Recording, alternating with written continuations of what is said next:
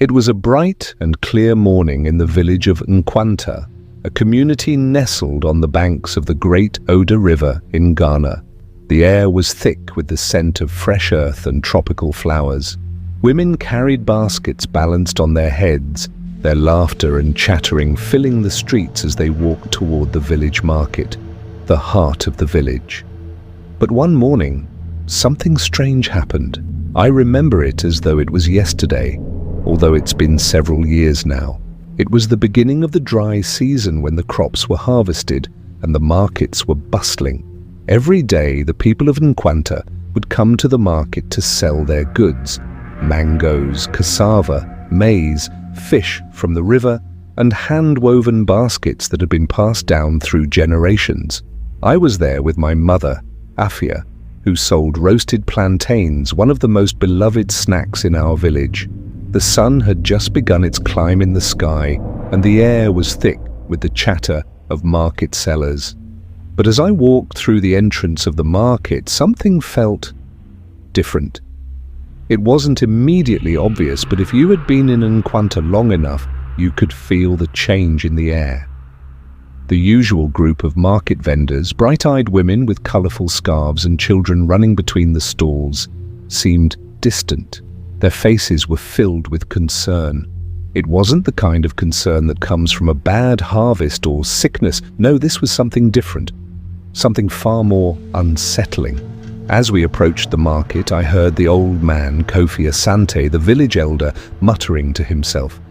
He was known for his wisdom and his ability to predict storms and changes in the seasons. People would gather around him whenever he spoke, and his words were always taken seriously. But today, his usual steady voice was shaky. The market is disappearing," he kept saying, over and over, almost as if the words themselves confused him. I looked around to see what he meant. My mother paused beside me and whispered, "I've heard the stories of markets vanishing in other villages. They say it's the work of spirits or dark magic, but who knows what the real cause is?" At first, I thought it was just the ramblings of an old man. After all, markets didn't just vanish.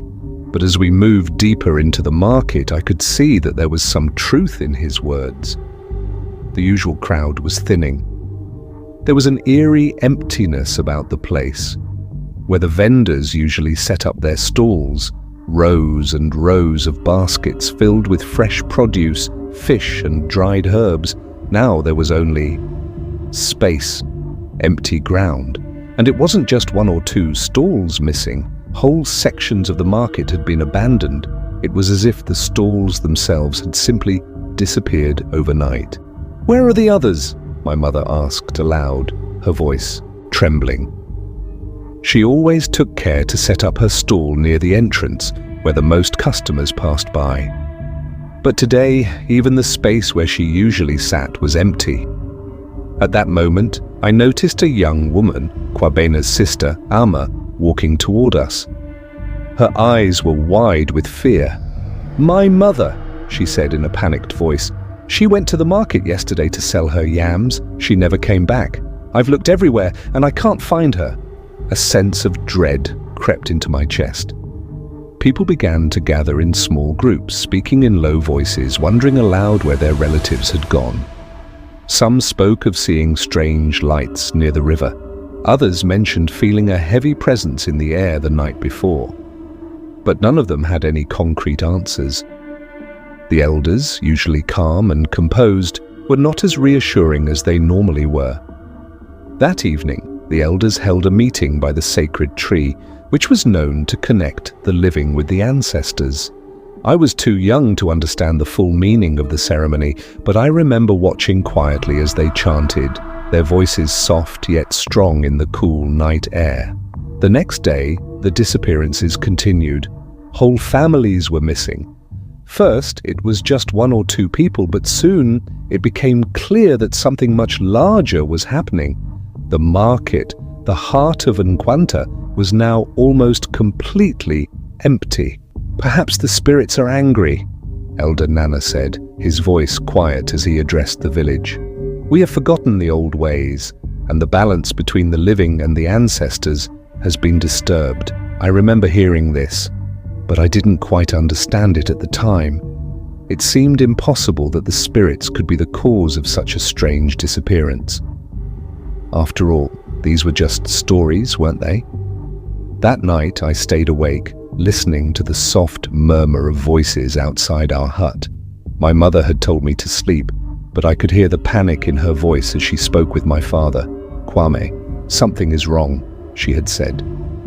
"The market is the soul of our village. If it disappears, if the people vanish..."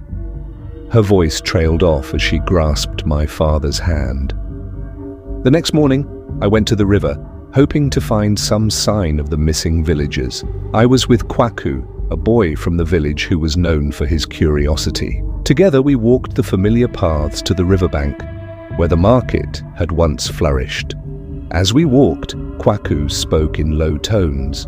"You know, my father told me that a few years ago, a similar thing happened in a village not far from here. The whole market vanished, just like ours. No one knew why, but people thought it had to do with dark magic. I don't know if I believe it, but..." Kwaku hesitated, looking back at the empty paths leading to the river. "What happened to them?" I asked. "Some say they returned," Kwaku replied. "But not everyone did. Some of the families who went missing are still gone, and no one talks about it anymore. People just try to forget." As we approached the river, the air grew heavier, and the silence was almost suffocating.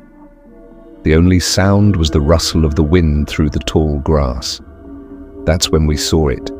A lone figure standing by the river, their back turned toward us. As we approached, we realized it was Amma. She was standing still, staring at the water. We called her name, but she didn't respond.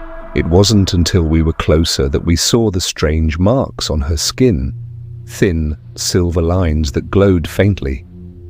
They looked like symbols. Ancient symbols, I thought. And I remembered the stories my grandmother used to tell about spirits marking their chosen. Amma turned to us slowly, her face expressionless. "They are waiting," she said, in a voice that wasn't quite hers. "The market is a place of trade, but there is a price. The ancestors will not allow it to remain. They are taking what is owed." And just like that, she turned and walked toward the river, disappearing into the mist that had risen. That day, everything changed. The market did not return.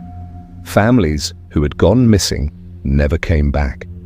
The elders, after much deliberation, declared that the market had been claimed by the spirits as punishment for the neglect of ancestral customs.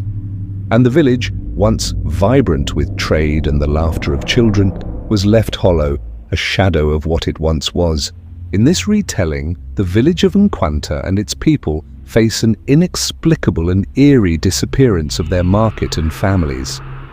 The story maintains a real-life, village-centered tone, incorporating elements of African cultural beliefs about spirits and the balance between the living and the ancestors. The setting and themes reflect both the beauty and the mystery of village life, as well as the consequences of neglecting cultural traditions.